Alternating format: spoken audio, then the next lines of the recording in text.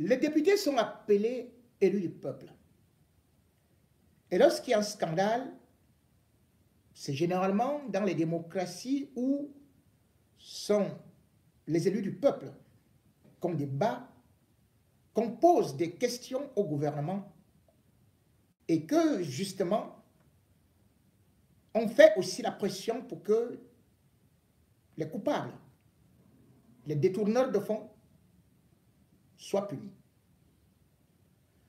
Mais à l'Assemblée nationale, au Sénat, de la même façon qu'on entend chaque jour que Kabaye Yege Djibril, chez lui, il y a eu des millions qui ont été retrouvés, et il y a des voleurs qui sont passés par là, qu'un de ses cousins a porté, ou bien de ses neveux, autant pour moi a porté 80, 100, 200 millions.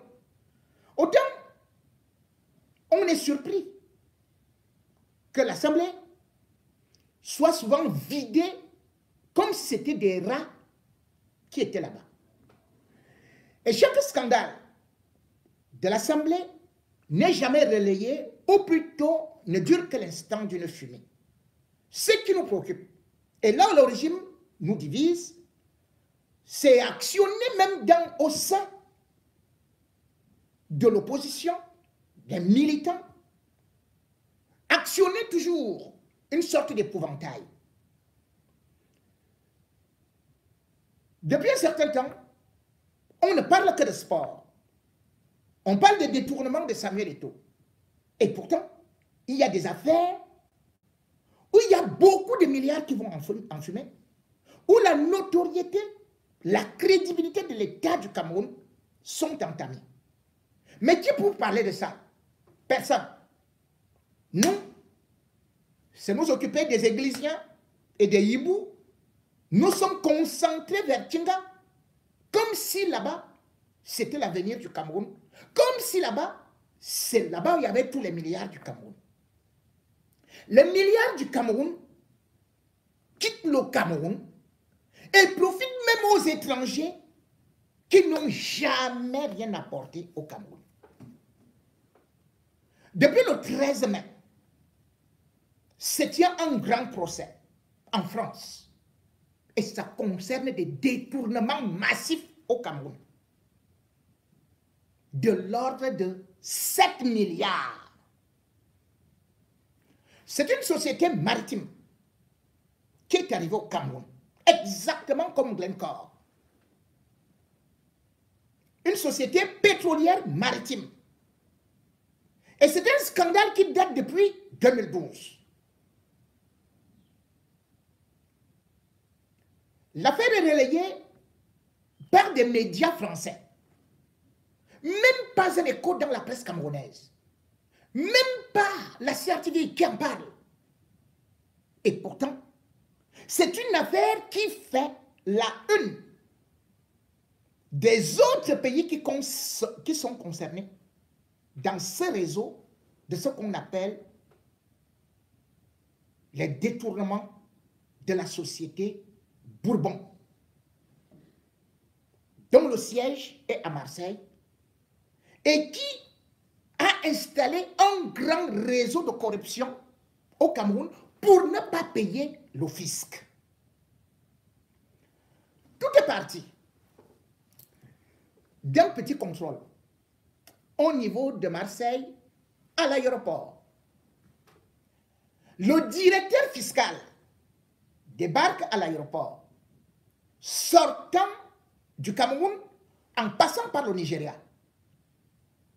Et hop, il arrive à Marseille avec des caisses. La douane française saisit des valises. On ouvre les valises. Qu'est-ce qu'on voit? Des lots de 100.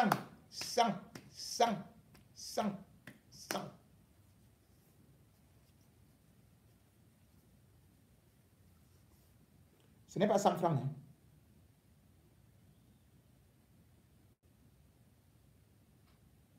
Des lots de 100 euros, 100 dollars. Pour un montant de 250 000 dollars dans les caisses. Le monsieur s'appelle Marc Cherki. On l'arrête. On lui dit, mais d'où sort cet argent liquide? Il dit, bon, c'est une petite somme là que, voilà, on m'a donné par rapport à... On dit, une petite somme? Il dit, oui, une petite somme. Les enquêtes s'ouvrent. Et c'est là où on découvre le véritable réseau. Et ce réseau qui appauvrit le peuple africain se passe dans quelques pays, donc le Cameroun, la Guinée équatoriale et le Nigeria. Comme d'habitude, le Cameroun est toujours dans le faux, dans la mafia. Les enquêtes sont engagées. Le procès tient d'abord en 2019. Le Cameroun n'envoie pas d'avocat. Le Cameroun ne se porte pas partie civile. Alors que le Cameroun s'est vu voler de l'argent, même pas un centime payé au fisc du Cameroun. L'argent a eu à défiler dans des poches entre les Moutazé et consorts. Toute la bande que vous voyez là, les Français n'ont même pas payé un centime des impôts.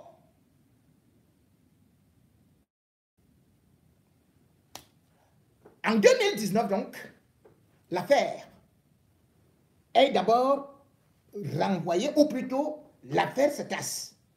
Parce que l'État du Cameroun ne veut pas entendre parler de lui. Et après, c'est même l'État du Cameroun qui dit encore qu'il y a eu des vices de procédure parce que tout ça, nous, comme d'habitude, on ne reconnaît rien. Avec l'argent du pétrole du Cameroun, hein, c'est l'argent du pétrole du Cameroun. Mais les organisations de la société civile, au Nigeria et aussi en France, relancent l'affaire. Et cette affaire passe au tribunal depuis le 13 mai. Et ça ira jusqu'au 31 mai 2024. 8 personnes, dont 8 Marseillais, 8 Français, sont impliqués dans ces détournements. C'est-à-dire, ils viennent, ils disent, on ne paye pas, on vous donne de l'argent. Rien ne va dans les caisses de l'État. Je vais vous citer quelques montants. Et c'est là où vous allez comprendre jusqu'où nos dirigeants sont les plus nuls et les plus méchants. Au Nigeria, on réclame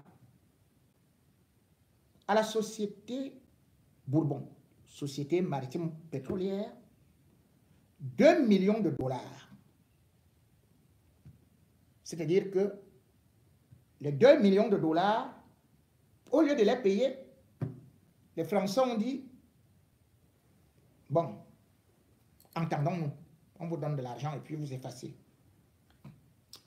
Le directeur général des services fiscaux du Nigeria a donc pris 2 millions de dollars, lui seul.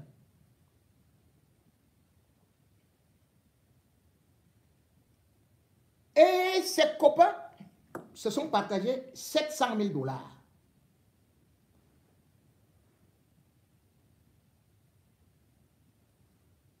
Les Français devaient payer les impôts au Nigeria de 227 millions d'euros.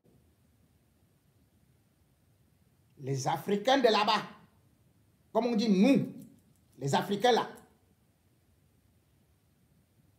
on n'aime pas voir nos frères, on n'aime pas travailler pour tout le monde. Ils ont réduit cela à 4 millions. Donc on est parti de 227 millions à 4 millions de dollars. Ils ont donc payé quand même au Nigeria 4 millions de dollars. Voilà. On continue. Au niveau de la Guinée équatoriale, La société Bourbon a corrompu les agents là-bas à hauteur de 400 000 euros. Ils ont donné 400 000 euros. Que prenez ça, mettez dans vos poches. Mais on va quand même payer quelque chose à l'État. Ils devaient payer là-bas 8 millions pour les impôts. Les impôts ont été réduits et ils n'ont payé que 44 849 euros.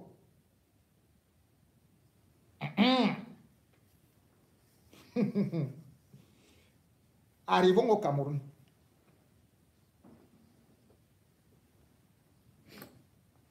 Au Cameroun, ils devaient payer 51 millions d'euros.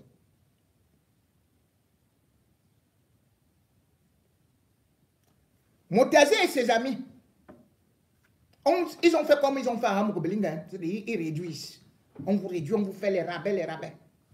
Après avoir fait les rabais, il ne restait plus que 11 millions d'euros à payer à l'État du Cameroun. 11 millions d'euros à payer à l'État du Cameroun, à peu près 7 milliards, je crois. Vous savez combien ils ont payé? Même pas un franc CFA. Ils ont donné aux impôts dans les poches le choco 150 000 euros. 150 000 euros, c'est-à-dire 5 millions. Vous partez de 51 millions d'euros à 11 millions d'euros, c'est-à-dire que vous êtes sur des milliards. Les gars l'ont dit, aux Français, vous ne payez même rien. Donnez-nous 100 millions. On efface tout. Donc la société Bourbon n'a même pas donné un centime au Cameroun. Vous voyez jusqu'où le régime Biya est criminel.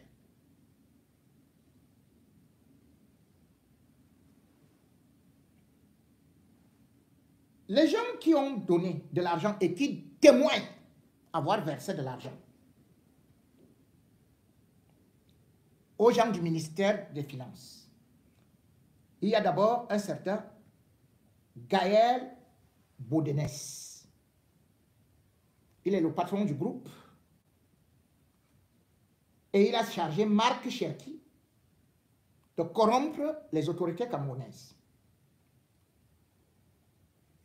Le directeur général du nom de Christian Lefebvre est passé aux aveux que oui, au Cameroun, là-bas, ce n'est que la corruption. Ils ne te demandent rien d'autre, la corruption. Donc, nous, on était obligés de passer seulement par la corruption. Tu dis même que je vais payer un peu, ils te disent, ah, ça sert à quoi? Donne ma part. Le directeur général adjoint, écoutez même leurs noms. Hein. Leurs noms là sont terribles. Hein. Celui-là s'appelle Laurent Renard. Hein? Les autres, c'était des poules du Cameroun. Donc le renard français. Voilà. Il était DG adjoint. Donc le comité exécutif, après avoir analysé toute la situation en Afrique, ils ont donné quelque part, ils ont donné quand même quelque chose dans les caisses de l'État. Mais au Cameroun, rien. Et le procès se passe sans que l'État du Cameroun n'intervienne. La Guinée équatoriale, c'est-à-dire qu'Obiang Nguema dit quand même que non. Dites-moi les gens qui ont pris cet argent-là. Le Nigeria, il y a des gens qui ont déjà été arrêtés. Mon Cameroun, exactement comme l'affaire Glencore. On vous a dit que non, on avait donné ou combien, aux 7 milliards, ou 70 milliards aux personnalités du Cameroun pour de la SNH et de la Sonara, ils ont tout bouffé. Akeremoun a pleuré. Il a dit, laissez-moi poursuivre cette affaire de Glencore. Mais qu'est-ce qu'on a fait? On a bloqué. Le régime Biya a bloqué. Comment vous voulez donc, quand je suis ici, Vous me demandez de soutenir Ngongo. Vous me demandez de soutenir moi les combis qui a détourné l'argent du stade Bia avec Ngongo. Comment vous voulez que je dise que c'est Samuel Eto'o qui est le plus grand bandit, alors que voici des affaires internationales dont on ne parle même pas? On est sur les affaires de Lyon. On est sur les affaires qu'on lui a demandé, il a pris le crédit de 2 milliards. Mais chers frères et sœurs, mais qu'est-ce que nous devenons? Comment ces gens peuvent-ils nous mentir comme ça, nous détourner comme ça? Le régime Biya a assassiné des générations et des générations. Et chaque occasion que vous devez avoir, c'est de ne pas tomber dans leur piège, de prendre leur côté. Ce n'est pas aujourd'hui que je vais dire que c'est Cabral Libye qui a beaucoup plus volé. Il n'est pas dangereux pour moi. Il n'est pas dangereux pour l'opposition. Il est dangereux pour lui-même. Et c'est à lui de comprendre que c'est l'union qui fait la force. Et que plus on va acculer ces régimes, on va le dénoncer avec ses vols, ses turpitudes, plus il va s'ébranler, il va se craqueler, il va se fissurer. Et on pourra, nous également, dire que nous avons bénéficié de quelque chose de ce pays-là. Vous passez notre temps à dire aux gens qui sont ici à l'étranger, qu'est-ce que tu as déjà fait pour le pays? Les Français, là, on fait quoi pour le pays? Quand je parle, vous dites qu'est-ce que vous avez fait pour le pays? Vous avez vu un Français construire une route? C'est l'État français qui construit les routes. C'est l'État français qui construit les hôpitaux. C'est l'État français qui construit les écoles. Cet argent aurait pu servir à combien de Camerounais? À combien de pauvres? Pour la construction de ces routes-là. Vous demandez que ce soit J.P. Mingono, qu'est-ce que tu as déjà fait? Qu'est-ce que tu as déjà fait dans le pays? Dans ton pays? Qu'est-ce que tu as déjà fait? Donc, l'argent du pétrole, on le vole. Et vous me demandez de venir construire des routes? On vous dit que voilà, 7 milliards qui viennent d'être volés. On vous dit que 7 milliards ont encore été volés. On vous dit que 5 000 milliards ont été détournés. Mais dès que je commence à critiquer, vous dites que... Oh, vraiment, oh yo, il a mangé la part de tout. Il a déjà fait ceci. Oh yo, il a perdu sa crédibilité. Hey yo, il a perdu sa lucidité. Mais vous avez perdu votre lucidité. Mais à quoi sert l'État? Pourquoi vous payez vos impôts? Si l'argent des impôts est détourné dans un pays, vous croyez que ce pays peut se développer? Tous les pays se développent avec les impôts. Mais si les impôts atterrissent dans les poches de certains, et même pas des Camerounais, nous sommes là devant des étrangers qui ont toutes les faveurs. Mais regardez, au Cameroun, lorsque quelqu'un veut entreprendre une petite activité, il va ouvrir un petit bar. J'ai vu certains artistes avoir même quelques bars là. Mais c'est là-bas où les impôts viennent s'installer matin, midi, soir. On marchait les mamans. Souffrent sous le soleil. Mais c'est là-bas où les impôts passent. Les impôts du Cameroun vont jusqu'à sceller les comptoirs du call-box. Mais les impôts du Cameroun sont incapables de recouvrer leurs propres fonds, les fonds qui peuvent aider une nation à se développer. On préfère asphyxier une pauvre population. On préfère augmenter l'argent des passeports, l'argent des visas, les taxes partout. Et quand je parle, c'est moi l'ennemi. C'est moi qui ne suis pas, c'est moi qui salis le pays. Vous croyez que quand le procès se passe, comme le procès de Glencore à l'international, quelle image peut-on avoir du Cameroun? Quel homme d'affaires peut venir investir là-bas? Il n'y a pas de justice, il n'y a rien. C'est un État voyou.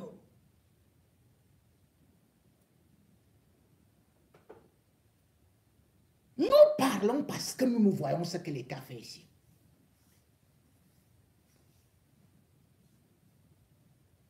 C'est ce que nous voulons que l'État fasse dans nos pays. Parce qu'on est riche. On a les matières premières. On a les ressources minières.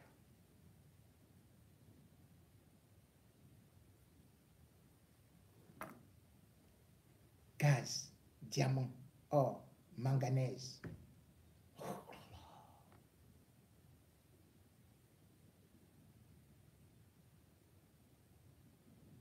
Mais regardez comment vous êtes. Regardez dans quel état nous sommes. Ces jeunes, quand ils arrivent ici, ils traversent, ils meurent dans la mer. On leur dit rentrez chez vous. Parce que vous venez appauvrir notre pays. Et pourtant, c'est dans notre pays qu'ils vont s'enrichir. À cause de nos dirigeants. Le changement, c'est maintenant. 2025. Il faut chasser ces gens. Ils sont méchants.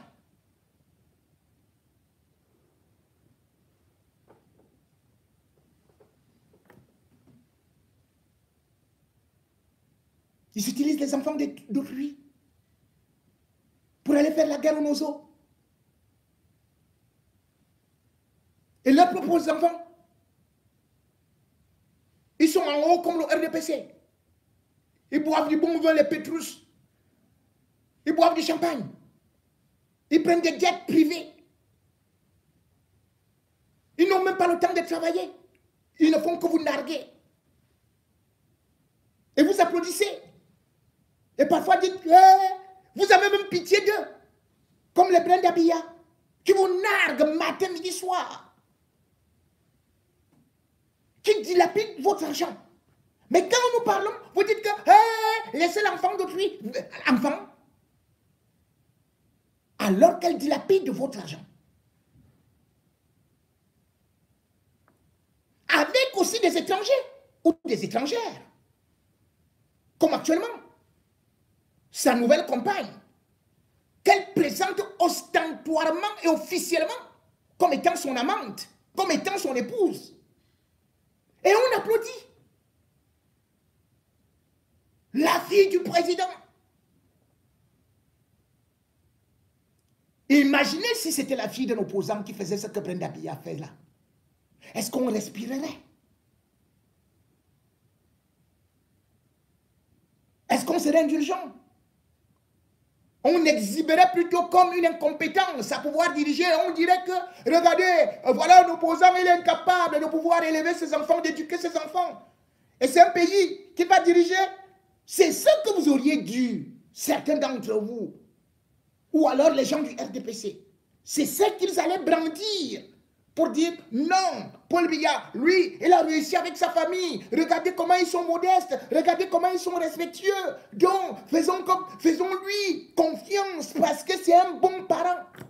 Mais regardez Brenda Biya. Elle vous nargue.